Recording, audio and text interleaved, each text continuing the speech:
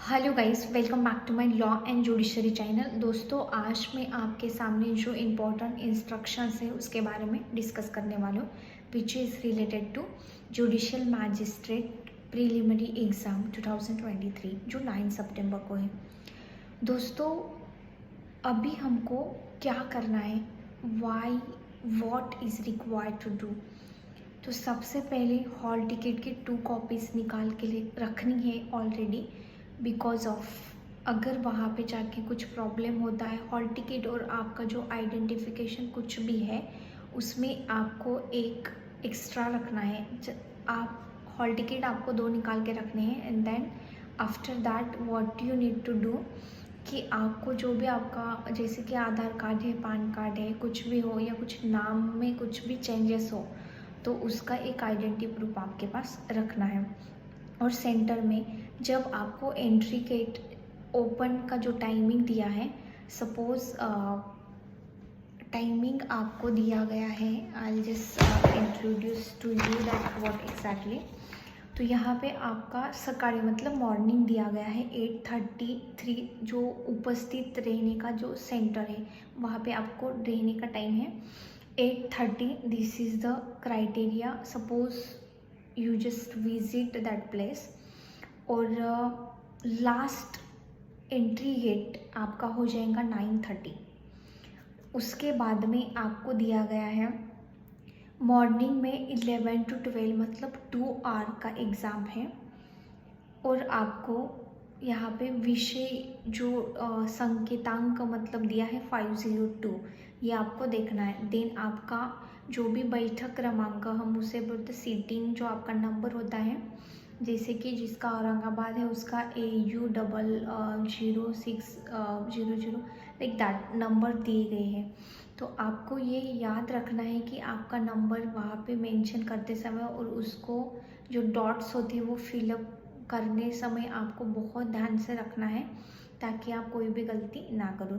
ये हो गई आपकी इम्पोर्टेंट इंस्ट्रक्शन जो हमको एग्ज़ाम सेंटर से जाने के बाद में जो गृहित उसको रखना है। Later on what is required, आपके पास अभी 2 डेज़ है।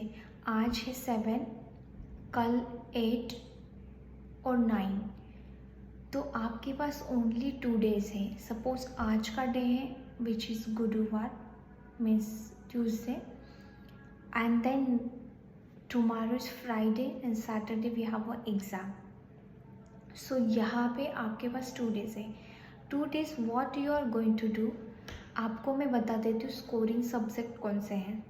आपको ट्रांसफ़र ऑफ प्रॉपर्टी छोटा सा एक्ट है, वो आपको बहुत अच्छे से पढ़ लेना है। लिमिटेशन एक्ट सबसे ज़्यादा स्कोप देने वाला, उसके जो पीछे के आर्टिकल्स दिए हुए हैं वो, और टाइम लिमिट कितना रिक्वायर वो आपको करने हैं। देन आपको स्पेसिफिक रिलीफ एक्ट है, partnership and sale of goods act and contract act, ये छोटे छोटे जो है ये आपके तुरंत रिवाइज हो सकते हैं। ऐसे आपने जो सेल्फ नोटबुक बनाई है वहीं से आपको रिवाइज करना है। This is the important thing, आपको कोई भी बेयर एक्ट को हाथ नहीं लगाना है। अगर आप चाहें तो अभी आप सेक्शंस नंबर याद करने की कोशिश कर सकते हैं, क्योंकि 2019 की एग्ज़ाम बहुत ही टफ थी। देन 20 एंड 21 इसमें जो एग्ज़ाम हुए हैं उसमें थोड़ा स्कोप सेक्शंस में ज़्यादा था। तो you can also go with section. अगर आपको नंबरिंग सेक्शन नंबर्स आपको याद रखने हैं तो आप एक बार रिवाइज कर सकते हैं। तो ये सारी चीज़ें आपको ध्यान में रखनी है कि आपको ओनली रिवाइज करना है, जो आपने ऑलरेडी पढ़ा है उसको ही रिवाइज कर लेना है। नया बुक या नई चीज़ें कौन सी भी माइंड में नहीं लानी है। और सेकेंड थिंग, अगर पेपर बहुत ईजी आता है तो लास्ट बार 79.50 मतलब अप्रॉक्सीमेटली 80% पे आपका रिज़ल्ट क्लोज हुआ था। और जो टफ़ एग्ज़ाम होता है उसका कट ऑफ कम आता है, बट आपको एटलीस्ट अगर आपको लगता है कि मुझे इसमें से कोई भी क्वेश्चन पता नहीं जो ऑप्शन दिए गए हैं, तो आपने कभी डेयर नहीं करना चाहिए कि वो आपका अटेम्प्ट हो सकता है। अगर आपको लगता है कि 50-50% मुझे आ रहा है और 50% नहीं आ रहा है, तो 50% को आपको लास्ट में रख देना है। कभी भी घाई गड़बड़ी करके या जल्दबाजी करके आपको क्वेश्चन पेपर सॉल्व नहीं करना है, ये कीप इन माइंड। और मैं एक चीज़ और बोलूँगी, अगर आपको कुछ भी नहीं आ रहा है तो आपने फुल क्वेश्चन अगर सॉल्व भी कर दिए तो भी प्रॉब्लम नहीं होता, क्योंकि आपको ऑलरेडी कोई भी नहीं, कुछ भी नहीं आ रहा है, तो you can solve all 100 question. But आपको लगता है कि मेरे 80 बराबर हो सकता है, 20 मुझे आने रहे, तो आपको 80 पे क्लोज नहीं लेना है। कि आगे के गलत हो या नहीं हो, तो आपको थोड़ा बहुत आगे का मतलब at least you should attempt to 85 या 90 क्वेश्चन तो आपको अटेम्प्ट करना चाहिए। क्योंकि अगर कट ऑफ ज़्यादा लगता है तो आपको ना 80% मिल के भी आपको कट ऑफ में नहीं लिया जाएगा। इसीलिए आपने बहुत सारे क्वेश्चन अटेम्प्ट करना ट्राई करना चाहिए। बहुत गलत लग रहा है कि आप उसको हाथ भी मत लगाना।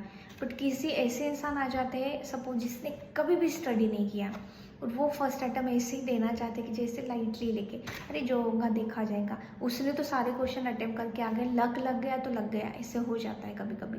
तो ये सारी चीज़ें आपको ध्यान में रखनी।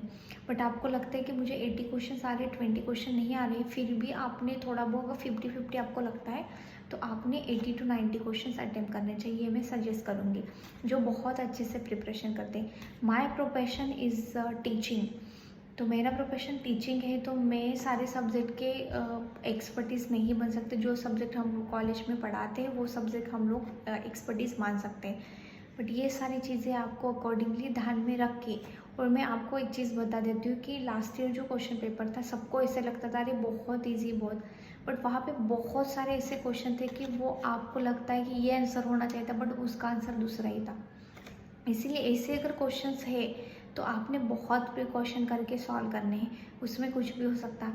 आपके पास 100 क्वेश्चंस है और आपके पास 2 आवर्स टाइम है, तो एक क्वेश्चंस के लिए फर्स्ट ऑफ ऑल आपको जो भी try to do one thing, first से लेके लास्ट तक 100 क्वेश्चन नंबर 1 से लेके 100 तक आप एक बार पूरा रिवाइज कर लीजिए। आपको लगता है जो भी क्वेश्चन आपको 100% लगता है उसको पहले अटेम्प्ट करके छोड़ दीजिए, और 50-50 आप आफ्टर आपके पास टाइम बचा है तो आप 50-50 वाले देख सकते हैं। आपके पास बहुत टाइम बचा है तो you can do one thing कि आपको कौन से क्वेश्चन 50-50 लगते हैं उसमें टाइम वेस्ट करना ईजी रहेगा। तो आपको कभी भी ऐसे नहीं करना है कि आपको ये नहीं आ रहा है इसीलिए आप बाकी के क्वेश्चन देख ही नहीं रहे हो।